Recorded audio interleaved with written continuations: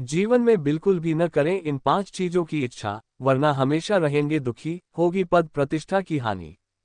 श्री कृष्ण ने गीता एक श्लोक में बताया है कि अगर व्यक्ति को खुशहाल जीवन जीना है तो किन चीजों की इच्छा का मोह त्याग देना चाहिए। हिंदू धर्म की पवित्र ग्रंथों में से एक श्रीमद् भागवत गीता को माना जाता है। भगवान श्री कृष्ण ने कुरुक्षेत्र में महाभारत के युद्ध के दौरान अर्जुन को गीता का संदेश सुनाया था। बता दें कि श्रीमद् भागवत गीता में भक्ति योग, कर्म योग, एकेश्वरवाद, ज्ञान योग का बहुत ही खूबसूरत तरीके से वर्णन किया गया है। गीता में मानव जीवन से संबंधी कई समस्याओं का हल भी बताया है। व्यक्ति के जीवन में जब कोई समस्या आती है तो उसका हल ढूंढने के बजाय वह भागने लगता है।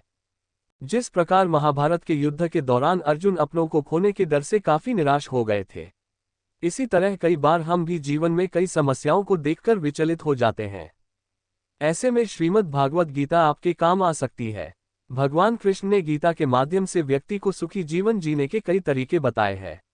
ऐसे ही उन्होंने ऐसी 4 चीजों के बारे में बताया है जिसकी इच्छा व्यक्ति को कभी नहीं करनी चाहिए।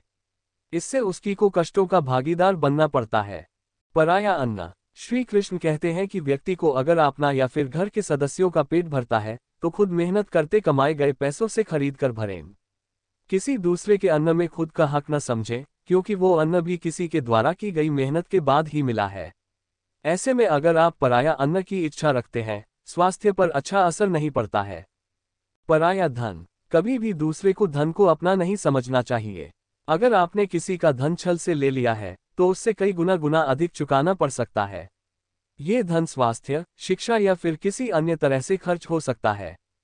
पराया दान। हिंदू धर्म में दान का विशेष महत्व है। दान करने से पुण्य की प्राप्ति होती है।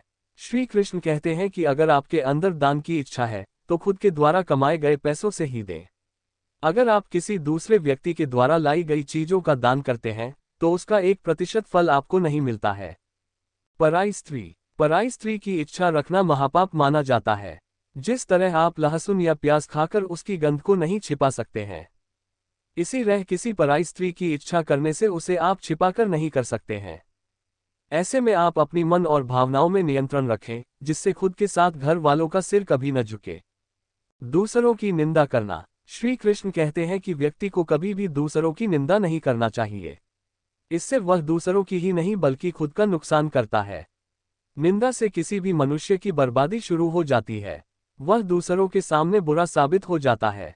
इसके साथ ही उसके ऊपर किसी भी तरह का विश्वास, प्रेम नहीं रखते हैं। वीडियो अच्छा लगे तो चैनल को सब्सक्राइब जरूर करें।